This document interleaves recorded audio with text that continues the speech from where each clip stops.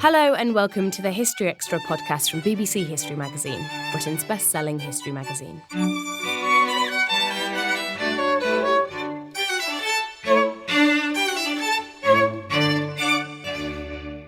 I'm Ellie Cawthorne.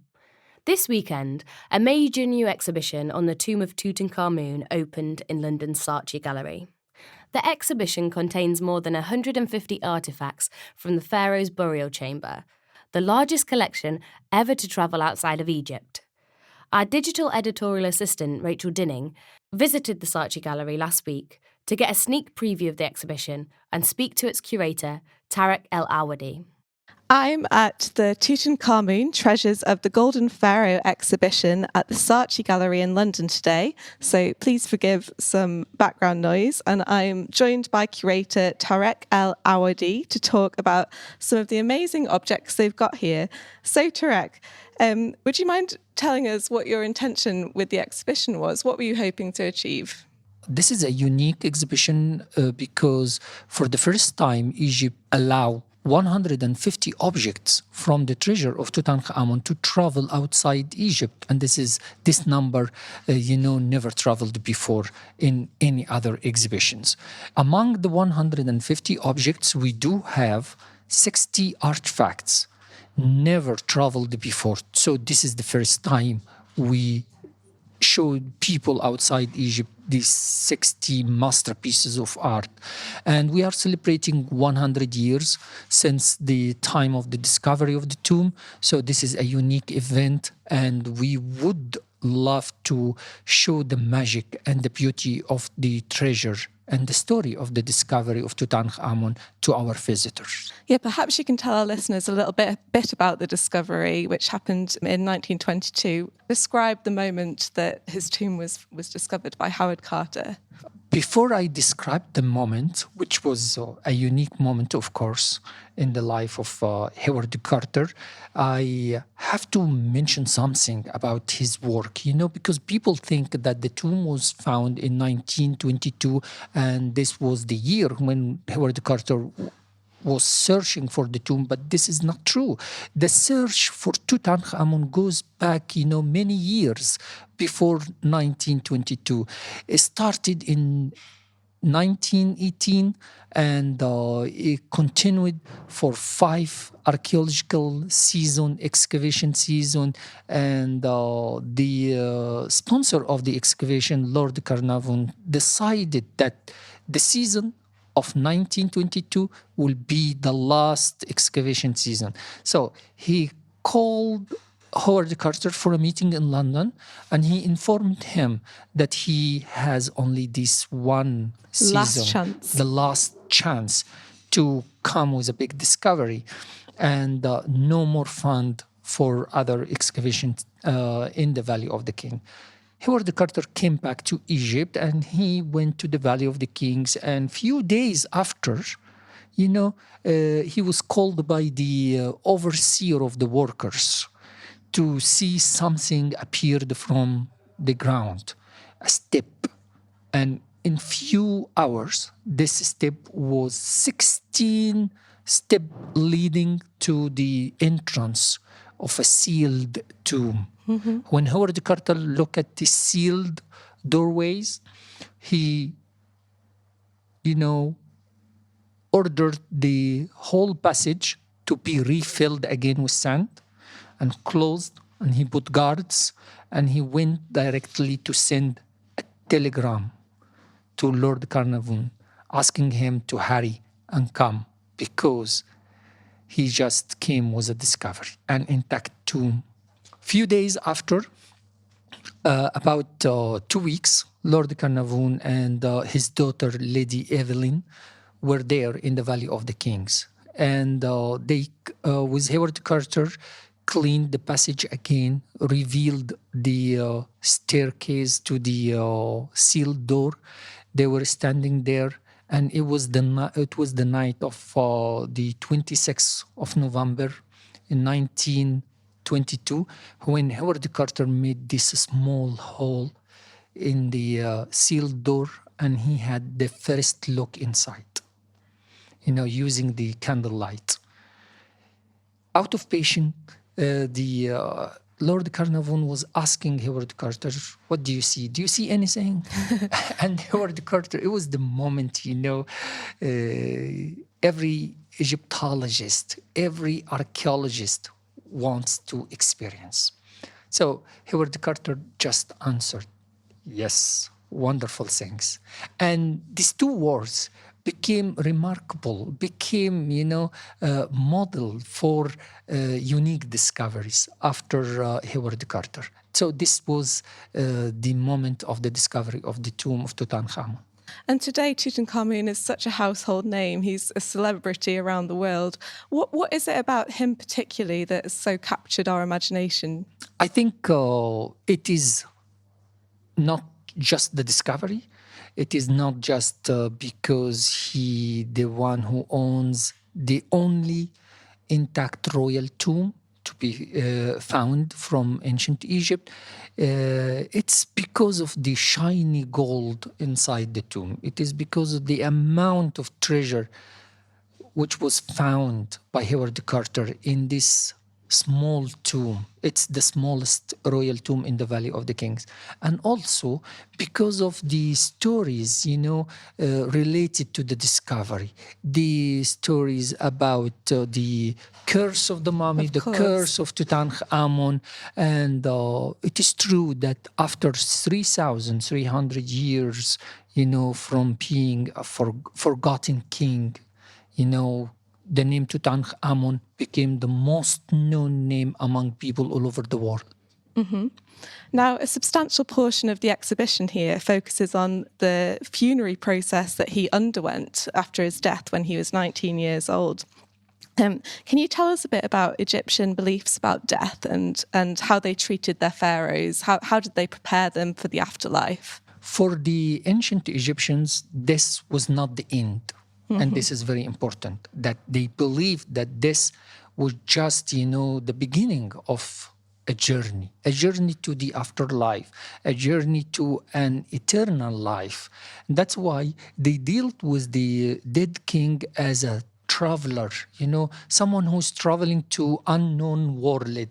And to have his journey successful, he needed to be well equipped, had everything he might need during the journey. That's why with Tutankhamun, we found all these boxes, which like suitcases in our days, like any normal traveler, But of course, this was a mysterious journey because no one made this journey and came back to tell us what he experienced there. That's why we have so many things, different artifacts, but each artifact is doing something. Has a purpose. Has a purpose, has a job to do for Tutankhamun during the journey to reach eternity. So what are some of the standout items in the exhibition here for you? Which ones really should people know about and come to see? Really?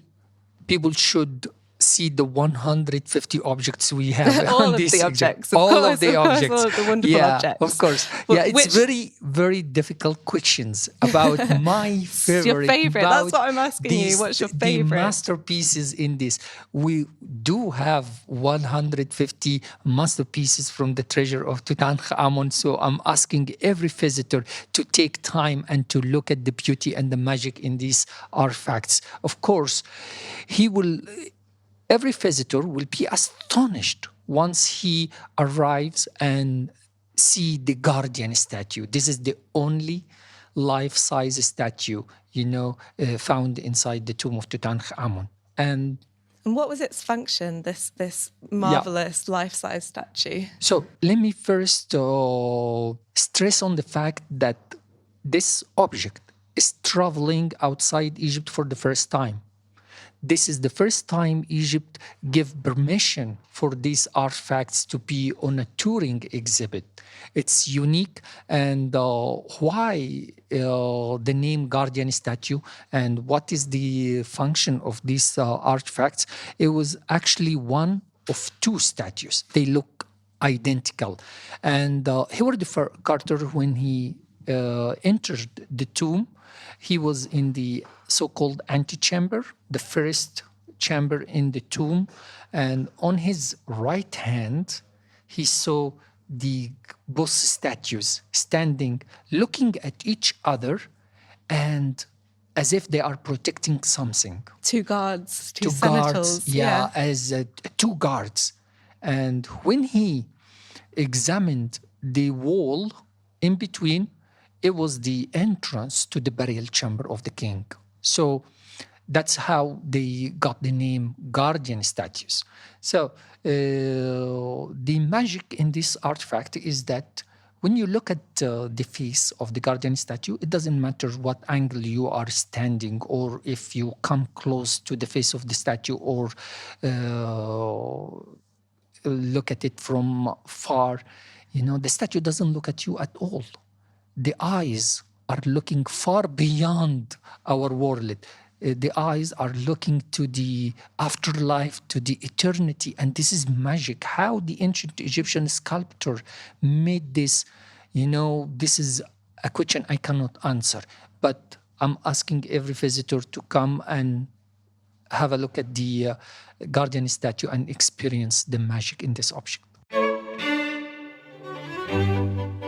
Still to come on the History Extra podcast. Of course, until today, the discovery of Tutankhamun's tomb stands like the most significant discovery made by man.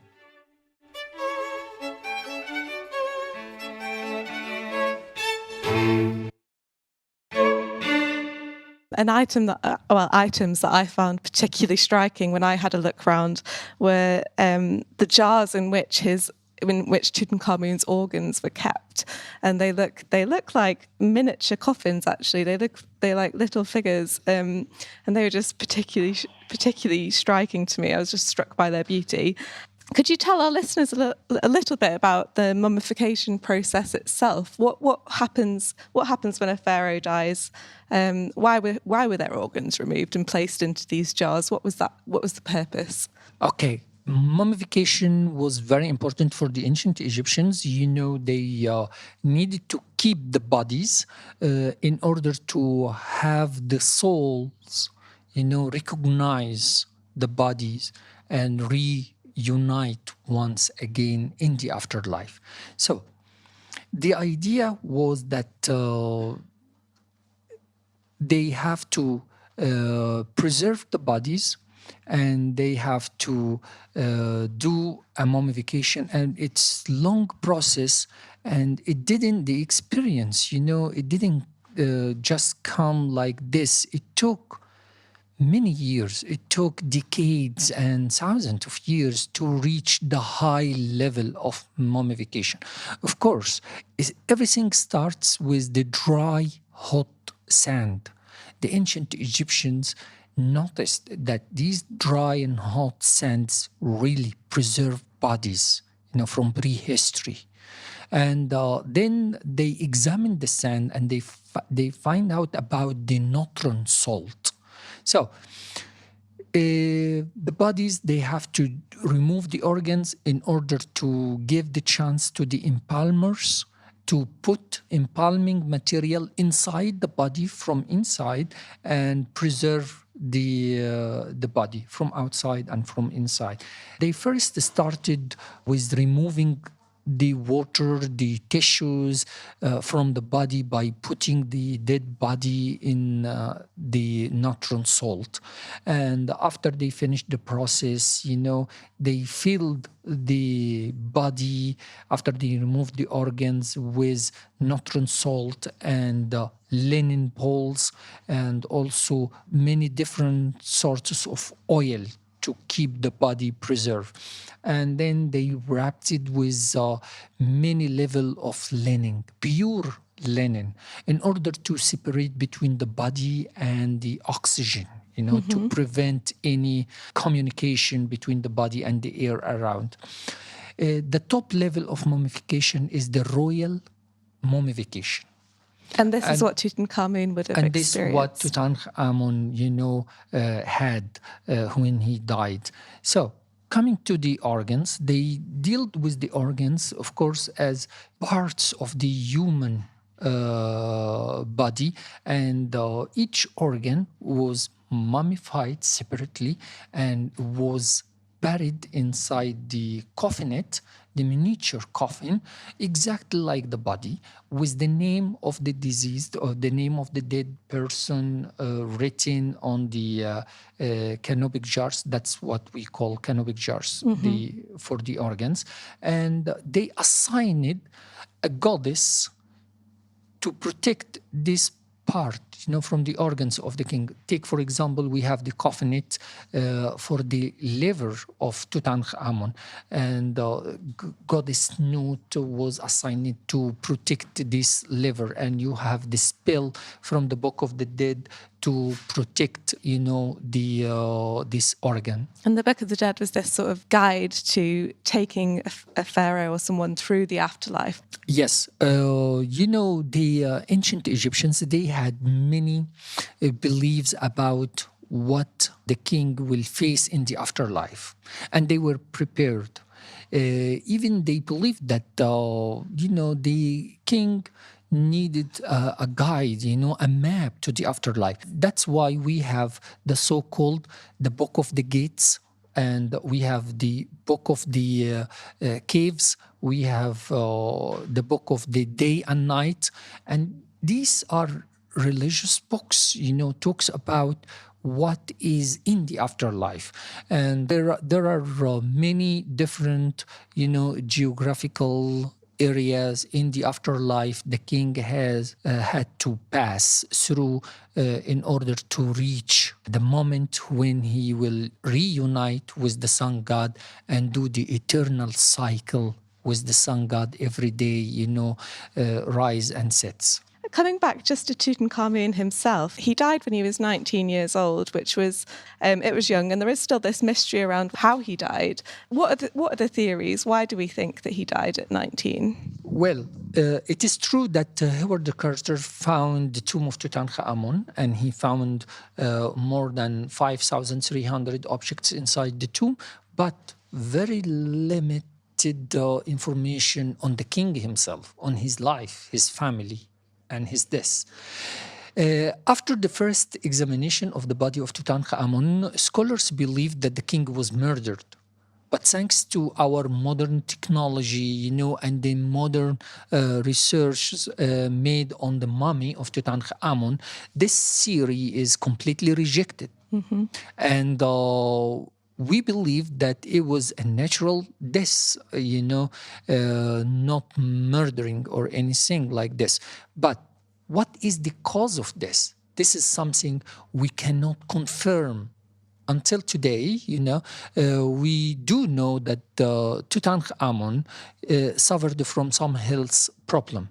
But we cannot say that these health problems, was the cause of this. And we do have evidence that before his death, he had an accident, and he broke his leg. And we do have unhealed broken leg.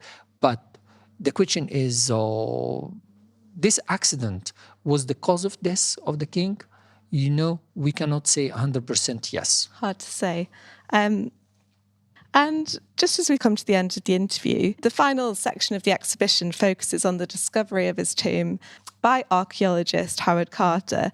What would you say was the cultural significance of this discovery? How significant was it? How huge was it for the Egyptologist community?